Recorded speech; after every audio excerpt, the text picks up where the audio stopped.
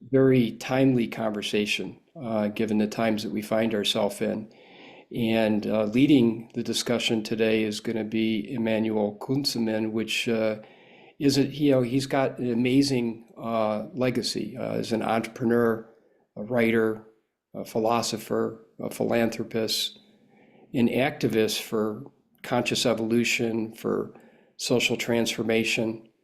But most of all, he's a dear friend and somebody that I have deep respect for. Emmanuel is the founder of Greenheart Exchange, Greenheart International, which is an international center for cultural exchange. 40 years old, this organization. So, in those 40 years, they've had 175,000 participants in 100 countries. So huge reach. Also, co-founder of Purpose Earth, which provides grants and mentorship program for grassroots community organizations that have impact and provide transformative solutions. And most recently, he is the inspiration behind the Holo movement, holomovement.net. And there's also a book that he co-edited, and published with a number of different authors, in which some of them are on the call today here. David Sloan Wilson and I co-authored a chapter on the noosphere as part of that book, called the Holo Movement. And I'll put links to these different organizations and some of the resources in the chat. The last one is an ebook that really has kind of the story up to date of the history of the Holo Movement. And the Holo Movement, just to say just a couple things about it, is so inspiring, and something that Pro-Social World and the Holo Movement are collaborating on. The Holo Movement is not really an organization, it's a movement, it's a network. But the term Holo Movement comes from the inspiration of American physicist David Bohm, who used the word to describe holistic understanding of the universe as a manifestation of the consciousness of the universe in our profound interconnectedness at every level. So with that, that's quite a pedigree and history and introduction for the topic of today, which is on from grievance to gratitude. And with that, I am going to turn it over to my friend Emmanuel. Thank you, Jeff. It's a pleasure to be here today. Many thanks to you and Pro-Social World. I deeply appreciate the opportunity to share some thoughts with all of you today, and thank everyone for being here and taking an interest in the Holo Movement and the discussion today. So it's a true pleasure and a timely moment to share some thoughts. To begin with, I'd like to quote my dear friend, the late Terry Patton. Terry was instrumental in helping develop the core principles of the Holo Movement.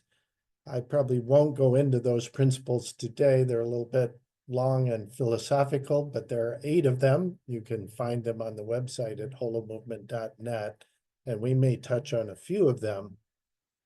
But when Terry and I were working together over a number of years, and with many other people who collaborated on developing the principles, he said one thing that really stuck in my mind, and that is, things are getting far too serious to lose our sense of humor. So I'd like to remember that. And if I wax too serious, please give me a thumbs down or something so I can wax humorous, because we don't really want to get too absorbed in the seriousness of the times, serious as they are, but to find a sense of optimism, of hope, and a future direct trajectory for the world in what is apparently a little bit of a chaotic time. So let's delve into that. There was a recent election in the United States, in case anyone noticed. I tried to not notice to just keep my sanity, but needless to say, it created a little bit of tension and division. And one of the main subjects from my point of view that drove this election was a sense of grievance. That the electorate on both sides of the ticket were concerned about their grievances, and rightly so. Life is tough. It's difficult. We've all been abused, misused, or affronted in many ways throughout our lives. Grievances in the air, grievances everywhere. But at the same time, I'd like to reflect on the fact that life is beautiful too. Life is extraordinary. There are billions of people living on the planet today with all kinds of creature comforts that the kings and royalty of just a few hundred years ago couldn't even dreamed of. Running water, heat, air conditioning, ample food, beautiful organic food in the markets at hand, certainly safety, well-being, education, literacy, and on and on. And of course, we're not going to forget the billion or so people on the planet that still live in extreme poverty. And certainly our intentions go out to them to share the wealth of the planet and of our civilization with everyone. But looking back over history, humanity's story has really been about humans being cruel and brutal to other humans. Oh, yes, we've had the wisdom traditions, we've had great religions, we've had many saints and saviors throughout history that have tried to help us through that. But just looking back, humanity's had a rough go of it, most of it of our own doing, being mean, fighting, wars, year after year, century after century, struggles for survival from the very beginning, struggles for materialism, for protection. So I'm not saying it was all unjustified or inappropriate, but it's been a tough go. And so therefore everyone has some sort of right, I guess, to have a grievance. Certainly if we believe in any sort of thing like reincarnation, which slightly over half the planet does, we can well think that our karmic field from past lives is laden with grievances.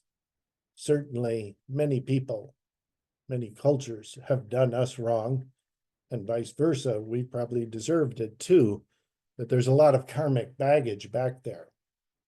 And even if we don't particularly believe in reincarnation per se, we all come from a lineage of ancestors going back to the very beginning. And there's a karmic field for all of that, not just in our DNA and our genes, but in our whole mentality, the way we think. I often look back and feel myself, be careful, don't become your parents, at least on the side that they needed to improve on, be the best of them. And we feel that throughout the trajectory of our lives. The karmic fields, the ethnic backgrounds, religious backgrounds, the genders, the races, everything that we, in one way or another, are part of. And everyone, everywhere on the planet, certainly has plenty of grievances in all that baggage. I think no one's really special in that regard. Certainly, there are many people today suffering horrible, horrible situations, current wars, migrations, climate change effects, political refugees, millions, even billions of people living in misery today. And certainly they're more than entitled to carry some grievances. But if we look at this, we realize that it's a bottomless pit. There's no end to the grievances brought about by human history. And if we want to focus on those grievances, whether in a distant past life, from a relative, or even in our current life, well, there's plenty of content there. We can all pile up grievances till the end of the day. And then if we carry those grievances within ourselves, it gives us a lot to work on. You know, I'm quite surprised in these times by the serious focus on healing and trauma healing. Now, granted, there's trauma everywhere. That's what causes these grievances. And yes, it needs to be healed. And everything I say today is certainly with no disrespect whatsoever for the trauma healers and the psychotherapists and all the people doing good work. We need to take all of this with a sense of humor in the contemplation of these grievances. But the message is, how long are we going to let these grievances weigh down our life? How far are we going to go in our search for retribution? When and how can we put a stop to it, an end to it? You know, I see friends, associates everywhere, just deeply involved in trauma healing. Oftentimes so obsessed with it that they can't really function that well in life. And I certainly appreciate all the trauma healers and the psychotherapists and everyone else doing the good work in this field to help heal them. But the message today is maybe we can get over those grievances. Maybe we can move on into a brighter, lighter, more optimistic future for ourselves. And how can we do it? Well, I hate to be too light, too brief, maybe too disrespectful, but my suggestion would be, let's drop it. Let's drop the grievances. Are we in a contest here to see who's been more aggrieved than the other? Are we always going to carry the load of everyone who's wronged us in this life or another one forever? When are we going to drop it? When can we move on? When can we forgive? When can we enjoy the day? When can we bless ourselves and say, I'm moving on. This is time for a sense of joy and wonder and awe and inspiration in the world. To hell with the grievances, honestly. You know, otherwise we can dwell on that forever. There's no end to them. So, you know, the very deep nature of our universe is based on some odd behavior of elementary particles. And they say, as below, so above, as above, so below. So there is a reflection of these operations on the deep measure, or on the atomic level of physics. And we know, for example, in the atom, there's a nucleus holding it together, and there are electrons circulating around it in orbits. Those orbits are fairly fixed until there's an input of energy into the atom from an outside source. And when that energy comes in, the atom absorbs it, and the electrons will jump in their orbits instantaneously to an outer, higher orbit of frequency and motion. But in no time. There's no time, no space evolved in the electron leaping to a new orbit. It's called quantum tunneling in some regard, because even quantum physicists don't quite know how it happens. How does an electron escape space and time and just suddenly move to an outer orbit? Well, they took the energy, they took the input, and poof, there they are, out there riding around happily in another orbit. Thinking of that, couldn't we possibly do the same thing? We're made of those same atoms. We get energy inputs all the time, every day. It's everywhere. We drop our grievances and observe the energy inputs. We can see them walking down the street. We can stop dwelling on the person who said a bad word to us or did us wrong last week or last month or last year, who ripped us off at some point in life, who wasn't nice to us, and on and on and on. And we can focus on the here and now, walk down the street, notice the fall colors in the trees, the light breeze in the air, say hello to a random stranger, give $1 to a beggar on the corner, random acts of kindness, look up at the blue sky, the birds flying by.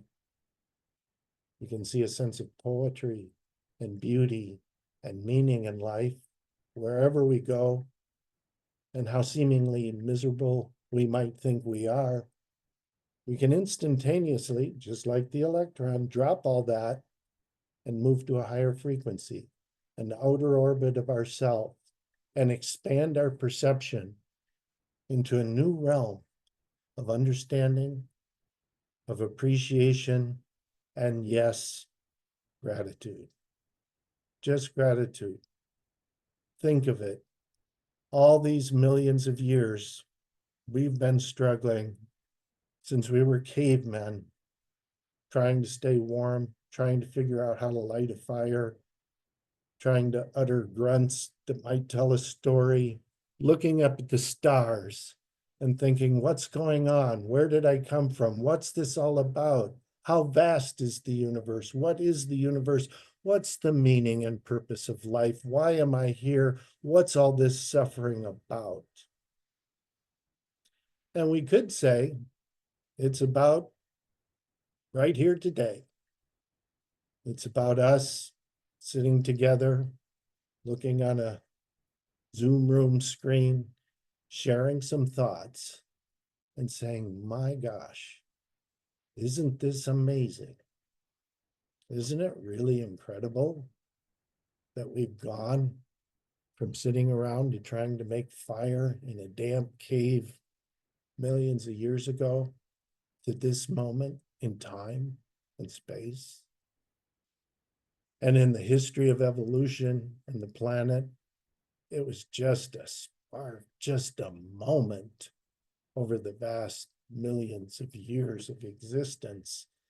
And we've gone from that to this in practically no time. And before artificial intelligence gets too much smarter than we are, maybe we can do something that even artificial intelligence couldn't do. We could drop all that information that weighs us down from the past and just let it go. I know it sounds way too easy. And I'm no psychotherapist. One of my friends recently said, are you a licensed psychotherapist? Is it legal for you to sit around and say this stuff? Well, no, I'm not. I'm not a trauma healer. I'm just a general guy trying to get along in life and trying to enjoy life and not carry the burdens of grievances on my shoulders. Because for every grievance I perceive, there's probably one that I've put on somebody else. So let's call it a day. Let's call it a draw. Let's level the balance ledger of all this and call this a clean slate of our karmic field. Just wash it out. We just need to unload all of that baggage. Just find a calm, clear, happy space in the middle of our psyche and feel free. Kind of like we did when we were little children. Do you remember the first memory you might have had in life? Sometimes it's trauma, but a lot of times it's joy. It's wonder. It's the awe. I remember waking up one day in my crib and looking up and realizing I was alive. I was a unique being. I could think. I could see the light filtering through the window. It was so beautiful. And life is. It's extraordinary. Somebody, source information of consciousness, went to a lot of trouble to think this up and create it, make it happen, just so all of us could be sitting here today sharing this moment.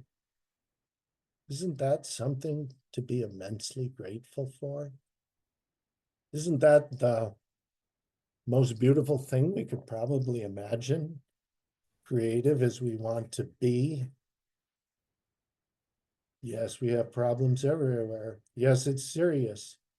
But at the same time, could it be better than this for all of us if we just stop for a moment and think about that and let it seep in to the depths of our souls and say to ourselves, I'm sorry, soul.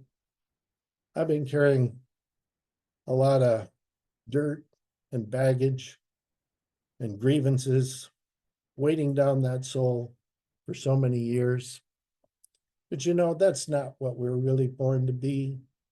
And we're not born sinners, and we're not born to bear grievances, and we're not born to expose others to those grievances and seek retribution. We're born to share and love and clean out that soul, no matter how much it's accumulated, to drop our attachments to grievances. Grievances are almost like an addiction, really. And we all have addictions. We like to drink or smoke or watch too much TV or whatever they may be. Those kinds of attachments are all over the place. The world is full of them. You can spend all day on the internet, doing social media, carrying grievances, expressing them. Social media loves grievances. The algorithms feed on outrage. The more outrageous you are, the more grievance filled you are, the more likes you probably get. But at the end of the day, it's love that's going to carry the meaning through. Yes, we're in a phase right now full of all this, but it's only a phase. It's the greatest turning point in the history of civilization and humanity's evolution. We're in a bit of a dark spot. We're a bit going backwards. The great turn is found a block in the stream. It's kind of like an eddy. We're moving in circles, maybe backwards, maybe digressing, but it won't last forever. Just as the water of the stream finds its way, so does the evolution of the human psyche flow with an inner force to its inexorable journey to oneness in the sea beyond. It will find a way, just as gravity pulls the water forward. The lure of peace, beauty, and goodness in the human heart also pulls us that way. So let's just freeze the frame of our consciousness. And that's what we can do day in and day out. I find myself in need of freezing the frame maybe dozens of times a day. And I get worked up. I feel a little angry, a little tense, a little put off, a little disturbed by the political scene, whatever it is. And I'll say, wait, dude, hold it. Freeze the frame. You don't need to go there. Stop. Look at yourself. Witness ourselves from outside ourselves. Somebody else looking in at us. Be that witness of our own selves and say, that person's kind of upset right now. They're kind of full of grievance. They're kind of stressed out. What for? 10 years from now, we won't even remember what the deal was. So better to drop it now and find, yes, here's the word, some joy in our hearts. The Holo movement, really, it seems, is about joy. The Holo movement, as Jeff mentioned, was a term first coined by physicist David Bohm. And he saw the apparent separation in the world around us. We're all different. We all inhabit different bodies. We have a computer sitting in front of us. What's that got to do with some kind of perhaps divine creative source that created all this? It's quite different, seemingly, yet it's not. Because David Bohm's theory of quantum physics, which has been vindicated today, and the Nobel Prize in 2022 for his theory of interconnectivity and instantaneous communication across the universe beyond the speed of light, beyond space and time. That's the way the universe it is, and it's all one. And no matter how big it is, no matter how many multiverses there are, all in parallel time spaces or other times and spaces, no matter how vast and incomprehensible it is one. And Bohm said what ties all that together is the Holo movement. It's a flow of consciousness that weaves it together, that moves wholeness in motion. It was a brilliant philosophical thought backed up by his own wonderful work in physics. He postulated this theory back in the 1950s. His friend Albert Einstein at Princeton at the time had a lot of trouble accepting it. Einstein was hooked on relativity, thought nothing could travel faster than the speed of light. Today, and that Nobel Prize of 2022 says otherwise. There is a wholeness in motion. The speed of light is just the fourth dimension of our little world here. Space-time. We have the three standard dimensions, and the fourth dimension is space and time, but it's just a dimension of our perception. Gives us a little stability. We know we're here. We have this presence of linear time. We know we're living a life. It's going to take so long to live it. It gives us a sense of past, present, future. But in the end, it's just another dimension of the wholeness of the timeless universe of conscious creation that fills our consciousness from the core since the very beginning. And that's where we'll return. So why sweat the small stuff in the process? Why not enjoy the Holo movement and go with the flow? In March of 2023, we launched this concept of the Holo movement. You know, and some of my friends who are into physics said, well, you can't call a movement of movements for spirit and science to merge together and bring humanity together. You can't call it the whole movement. That's a term from quantum physics. What kind of meaning does that have for the general public?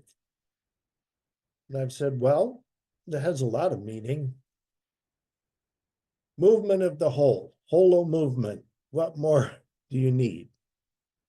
And Bohm himself was a physicist, but later in life, he waxed quite philosophical and quite spiritual. Became a close friend of the Dalai Lama. Dalai Lama called him his scientific guru. He also became a good friend of Krishnamurti, and they engaged in extensive dialogues on the meaning of existence and the nature of consciousness. He wrote books on dialogue and creativity. And at the end of his life, he thought he was on the edge, the cusp of a great understanding of a grand social movement, just as the holo movement within creates our physical world and ties it all together. That term too could potentially be applied to a grand social, cultural, spiritual, scientific movement that brings us all together as one. Bohm never quite said, hey, let's go out there and create that movement and call it the holo movement. But I think if he would have lived a few years longer, he probably would have. The download I get is I think Bohm's okay with us calling the holo movement. I actually think he's quite happy about it. So going back to that launch point in Sedona, Arizona, in March 2023, when we first talked about the holo movement, we gathered 80 people together to discuss it. And there was a big mural on the wall, and one of our participants was drawing and painting the impressions of what was being said. And in the middle of the mural was the holo movement logo. The holo movement logo is 4 intersecting circles. It's also known as the Ikigai Venn diagram. It kind of shows us the intersection of our purpose, our meaning, what we can do well in life, what our vocation is, how they all blend together, and in the middle, that's what we should be. And we thought on that mural being painted in the middle of that would come out the key to what we were saying at that first gathering. And I assumed it would be something like action or impact or, I don't know, something of that nature. But in the end, probably the broadest consensus we had at that first gathering, the core of the holo movement as we see it here, us mere mortals struggling to get over our grievances, the core was joy. Joy. And I thought, really? Joy? I mean, seriously? With everything that's going on in the world, with wars and starvation, climate change, migration, everything that's happening, and we're going to call this joy? And then I thought and delved into it deeper, and so did many others, and we talked about it together. And yes, it has to be about joy. What else would any sort of common divine source really want us to be experiencing? What else might be the point? I mean, it's kind of hard to imagine sometimes. I was brought up in a real small town in a real conservative community back in the 1950s, and I can assure you nobody was talking about joy. They were just worried about paying the bills and basically, practically a struggle for survival. The old Protestant ethic, just get to work, young man. Don't go out there and be joyful and prance through the fields and stuff like that. There's no time and consideration for wasting time on joy, is there? Well, in my older age, I would say a big yes. And the older I get, the more joyful I try to be. And I think that's the purpose of life. And the path to joy is none other than love. And that is the driving, moving force of the universe, of the evolution, culminating in human interaction. And that's what we're here to do, is love each other. And when we think about it and we have an interaction, and maybe even doesn't even go that well, maybe somebody's angry, maybe there's an argument. Do we gain anything by carrying a grievance about that? Does it help us to burden ourselves with more grievance? Or if we freeze that frame and we stop here and now and we witness ourselves from outside and say, hold on there, let's not go to grievance. Let's muster up a little bit of joy from the depth of our soul and change this situation. Let's convert love into action.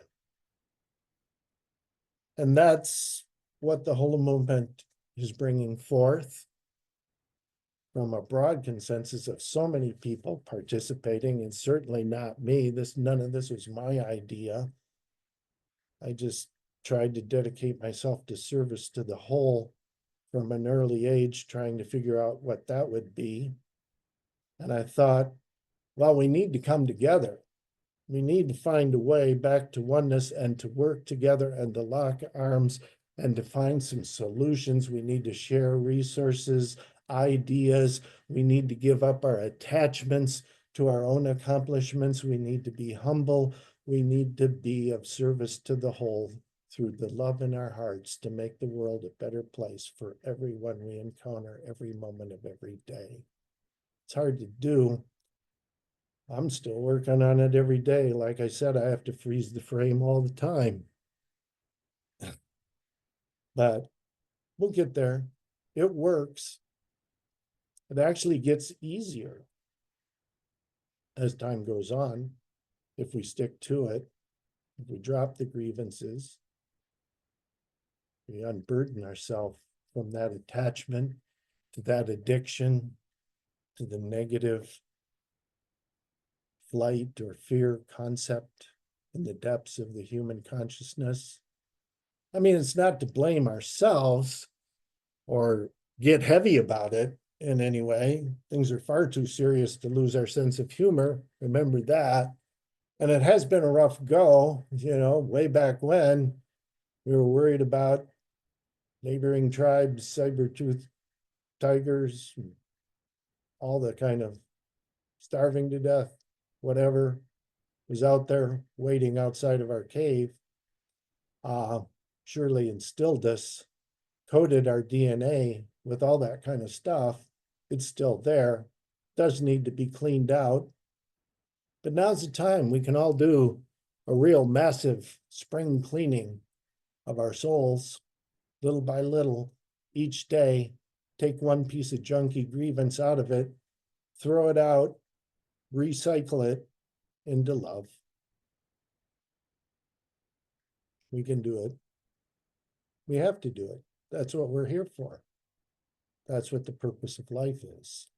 Why should we think otherwise? And as we drop it, we see that it actually works. And that the only reason we have grievances or contradictions or tensions, it does have some purpose.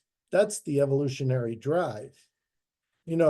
If we were just born in paradise, floating in a field of flowers with rushing streams and angels flying about and all that, might get kind of boring after a while. So there had to be a little evolutionary tension to make things happen. So something happens, and then something else counterposes that. Hegelian philosophy would say there's a thesis, there's an antithesis, they produce a synthesis. And that's what drives evolution forward, is this synthesis of opposing forces.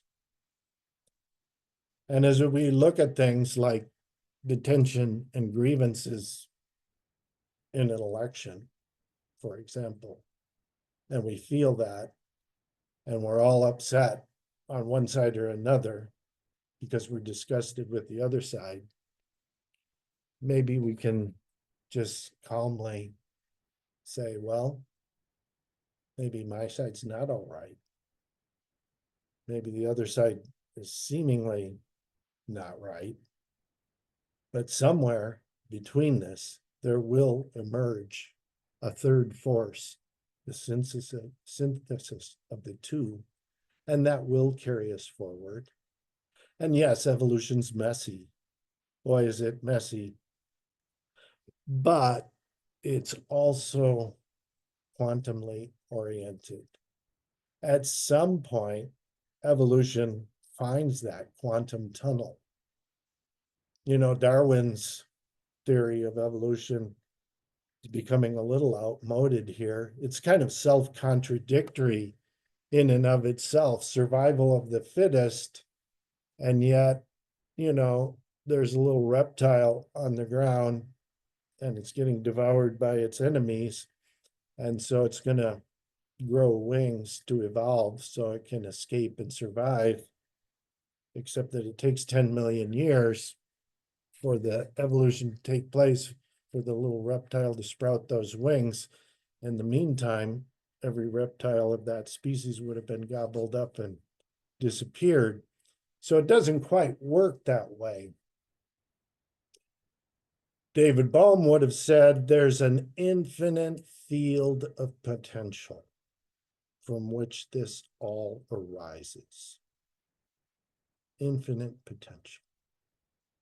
And if we can access that potential, if we can absorb that energy and poof, go to an outer orbit, just like that, no space and time, we can do it. I think that's what evolution does too. A lot of evolutionary scientists have kind of poked fun at saltationism, making the great leap from one moment to the next. We got the fossil records show that there aren't that many intermediary species. Darwin assumed we would find them, but very few of them are there. And actually what we see is that things like a giant dinosaur or a woolly mammoth or a butterfly or a green frog, they kind of appear from one day to the next. Why? I don't know. Maybe the divine source had a sense of humor. That'd be a pretty cool thing. Let's create a salamander with polka dots and orange circles and funny eyes. For what purpose? I don't know. Maybe to make a little kid laugh when he sees it, to sense the joy and wonder of a little boy finding a colored frog in a mud hole and realizing what an incredibly beautiful day. What an amazing sight. I wonder why this is here. And then we could wonder why we're here. And we can join the whole movement and feel the flow of wholeness that carries us upward, forward, outward through the quantum tunnel into a bright future where we get that energy to share love and joy with everyone we meet, every day we spend. And we are the ones that get the benefit from it. Because unless we carry our grievances, and the more we find our joy, the more joyful we are, and the better off we are. It's the old simple golden rule. It actually works. do unto others as we would do unto ourselves, and lo and behold, ourselves get to be pretty happy about it. And that is our way forward. That's the wholeness in motion. That's what will carry us into a bigger, better, brighter future. We'll make the great turn. We'll get through the eddies in the stream. We'll find our way forward. We just have to believe it ourselves. And we have to take that grievance and turn it into a deep sense of gratitude for this incredible experience we're all living together now and sharing here in this moment of time. So thank you for the opportunity to address you all. I know through Pro-Social, you're doing all this kind of work constantly, working on yourselves day in and day out to be pro-social, to preempt the grievances creeping in, to be a better person, to communicate with others, to love and joy. Thank you all for doing that. Don't give up the hope. Keep that optimism flowing bright. And for gosh sakes, for serious as things are, let's not lose our sense of humor. Thank you.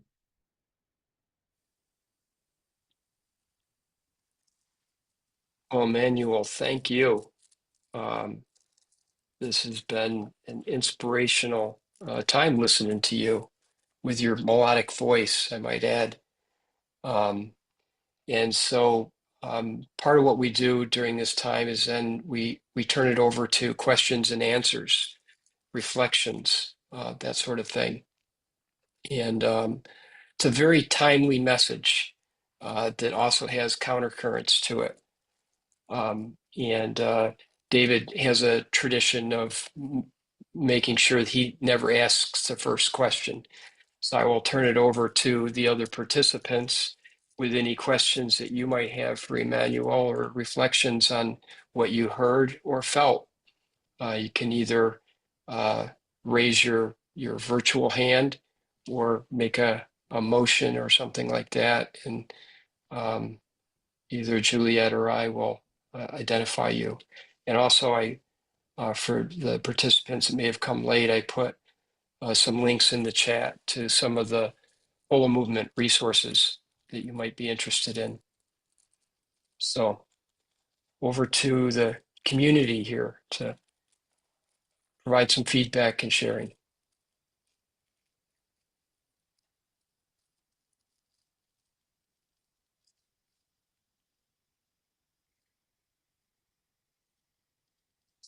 Yes, Anthony. Sorry, raise your hand. Well, I'm sorry I came late, but I really appreciated what I did here. And I think you beautifully described the kind of world that I'm sure everyone on this call would like to see. My background is in prevention science, and I've worked a lot with David, and I wrote a book called The Nurture Effect, which is basically describing the conditions that seem to be the ones needed for people to thrive. After this last week's election, I started thinking about this, and I've been inspired by ACT and Pro-Social World and all kinds of other things. And I began to think, in the world I'm in, and probably in the world that most of you are in, you're in constant contact or frequent contact with people who are loving, caring, and have the kinds of values that don't exactly go with voting for Donald Trump. And I started thinking about that, and I'm beginning to think of it as sort of the nurturing conundrum. I found a list, I've made a list of pro-social organizations. There's a movement in the world of acceptance and commitment therapy, and Pro-Social World, and Kinder Foundation, which is a foundation started by Doug Carnine that's working with schools all across the country. There's the PAX Good Behavior Game in 50,000 classrooms nationwide. There's Values to Action, my organization. There's Karen Tamarius, who's an MD, who's working on how to talk to conservatives. There's an organization called We Win, which is working with numerous disadvantaged communities. There's the Natural Prevention Science Coalition. There's Random Acts of Kindness. There's Positive Intervention, Behavior and Support. I won't go on, you get the idea. And the question that I think it would be useful to think about is, how is it that 73 million people voted for Donald Trump? And I mean, my initial thought is, well, they voted for his values. They're clearly the antithesis of what I think we would all share. But I'm not sure that's at all the case. They voted for that for quite a variety of reasons. But I think it would be interesting to explore, well, have any of these organizations touched the MAGA environment? And if so, what does it imply for how we move forward, for how we, move toward the world that Emmanuel so eloquently described?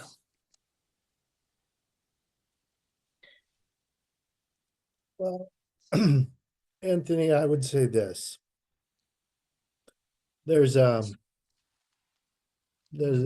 higher plan to all of this than what us mere mortals can understand in one moment of time. I think most of the people who may have voted for Mr. Trump did not vote out of sharing values or anything like that. They voted out of grievance and fear. We live in a very materialistic time. The trajectory of civilization has been a descent towards the explicate order, as Bohm would describe it, accumulating materialism at a rapid rate, to the point that we've become obsessed, addicted, and driven by the materialistic pursuit, thinking that that's going to bring us joy and happiness, when in fact, we are not flawed, but we certainly are mistaken in that pursuit. And the turning point that is coming will be when another 73 million people or whatever begin to understand that it's through service to the whole that we overcome our grievances and fear, and don't flee to the confines of the past, but bravely move on into the future. And it will happen. Don't lose faith. Let's not cry over spilled milk. Maybe this will accelerate the change. Let's respect those people, because there's a lot of baggage behind us, and we have no right to be judgmental about anyone. The only thing we can do is create the synthesis and move forward with that, and find the upward flow towards the implicate order, the spirit in our hearts, and not lose our sense of humor in the process. Thank you. Susan, I saw your hand was up. Well, thank you so much, Emmanuel. I always love listening to you, and this descent into the explicate, really, I've not heard you say that before, and I can feel that. I was just curious. I mean, you're working with Lara in, Purpose Earth as well, which is in many, many other countries, and usually ones perhaps less well off than ours. Have you noticed the same thing? And I know there are many, we've got battles going on in the Middle East and so forth that have been many, many, many generations of grievance. But I'm just having a fantasy that perhaps you've seen less of that in other cultures, and if you've had any thoughts about that. Thanks, Susan. Nice question. Yes, in my humble, limited individual experience, I have noticed that. Let's take the United States. It consumes 1/3 of the world's resources with 5% of the world's population. So on average, every American is using up 6 or 7 times more than the average person on the planet in the use of resources and consumption of that materiality. And yet we seem to be leading the way in being angry and full of grievance. So it just kind of demonstrates that the endless material pursuit is not quite the yellow brick road to joyfulness and happiness. And I must say that when we're working with other countries around the world, many of them in Africa, certainly with very hard lives, limited resources, they don't seem to be complaining. And when we offer one small grant that digs a well and is powered maybe by a merry-go-round that pumps it, and it provides water to a village, they're dancing for joy. Boy, is the gratitude flowing out there.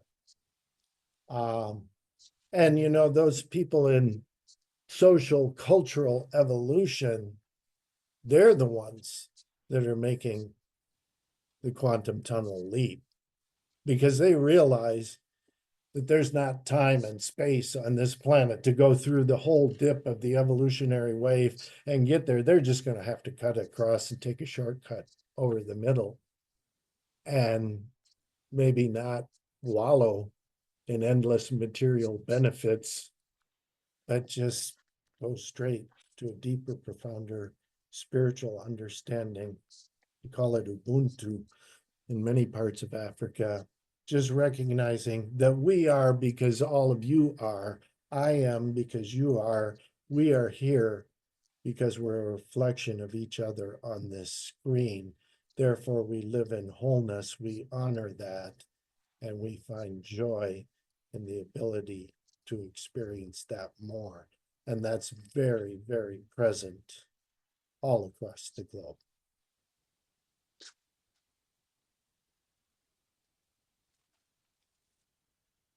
Got a question for you, Manuel. So what you're encouraging us and inspiring us to is to drop the grievances and move on. But what we see often in both individualistic as well as group and collective human behavior, it's not enough to have the will to do something. You also have to have the means to do it. And that requires practice. It requires skill. It requires sometimes training. We find that with pro-social, that there's an interest to cooperate, but the means, the skill, the practice of cooperation takes effort and instruction. So from that standpoint, can you just speak to that, the will versus the means? Yeah, I think there's a Buddhist term called upaya, which is skillful means. And really, what that means is being crafty enough to figure out the path of least resistance to get to A to B without all the material resources that you might need to write a check or build a factory or something to get there. But just be clever and crafty. And in fact, that's about the one and only evolutionary trait that Homo sapiens has going for it. When we were wandering around the globe as upright apes trying to figure out how to survive. We weren't particularly fearful or agile or anything. We were kind of clumsy apes. And the only thing we did is we had this expanding consciousness, and we kind of became clever at creating tools and outfoxing other beings and critters who weren't quite as clever. So the means is within ourselves. The means is the field of infinite potential inside our conscious quantum realm, and it's infinite. And we can tap into it. And the only thing holding us back is our own reservations, our own misgivings, our own sense of self-limitation. And if somehow we can just brainwash ourselves, clear up all that amygdala junk and fear and fright and flight and everything else, and say, wow, the world's at my fingertips. I can do something about this, and I will. And then will turns into action through that motivation of sourcing the cleverness in our soul on an individual basis, because we all have different skill sets and we all have different motivations. So one size definitely does not fit all here, but we each have the capacity to look inside ourselves and figure out what we can do well, what we like to do, what would bring us joy and happiness in pursuing, put all that together, and little by little, a vocation will emerge that will give us the means to make a difference.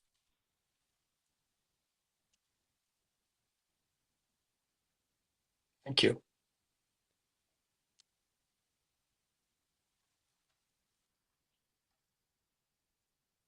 Any other questions or comments?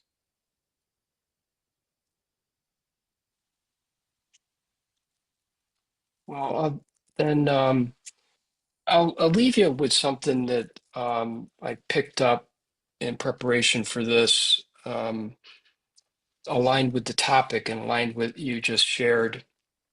And it's a quote from Dr. Alina Mustakova from a chapter in the Holo Movement. It's an excerpt of something that she said there, and said this: healing begins with recognizing and acknowledging our hidden sense of vulnerability across social contexts. By listening deeply and holding a safe space for hurt, rage, and ultimately deep vulnerability, we can begin to reconstruct our sense of self in our relationship to trauma, and explore what it means to be an authentic expression of our true self within society. In these experiences, we can begin to recognize the commonalities that we share in our personal stories and realize that something unites our infinitely different faces of suffering, a shared spiritual horizon. Genuine healing always involves evolution to a higher order of consciousness. And with that, I want to thank you, Emmanuel, for sharing today, and thank you all for joining us in this. The recording will be on ProSocial, and we're also prosocial.world. We'll also share it with the holomovement.net. And I wish you all much joy. Thank you.